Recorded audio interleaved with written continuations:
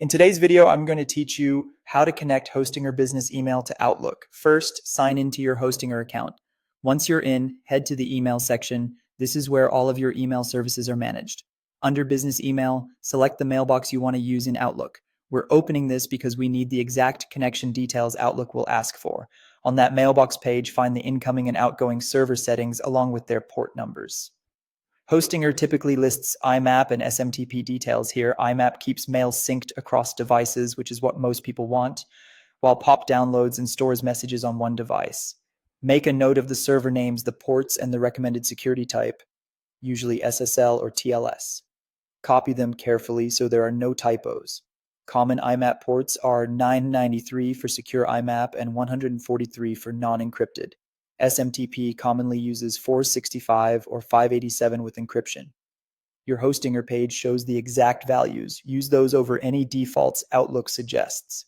Now open Outlook on your computer. Go to the File menu and choose Add Account. This starts the mailbox setup wizard. When asked for the account type, pick the option that matches your Hostinger settings. For most business inboxes, IMAP is the best choice because it mirrors folders like Inbox, Sent, and Drafts everywhere. Enter your account information exactly as shown in Hostinger, your full email address as the username, your email password, the incoming mail server and port, and the outgoing mail server and port. For security, select SSL TLS where it's offered. Also make sure outgoing mail requires authentication using the same credentials as incoming. Many Outlook versions have a checkbox for this in More Settings or Advanced Options. Click Next. Outlook will test the connection by logging into your incoming server and sending a test message through the outgoing server. If either check fails, double-check the server names, confirm the ports match Hostinger's instructions, verify SSL or TLS is selected correctly, and ensure you're using the full email address as the username with the correct password. Small details like an extra space or a missing letter can cause failures.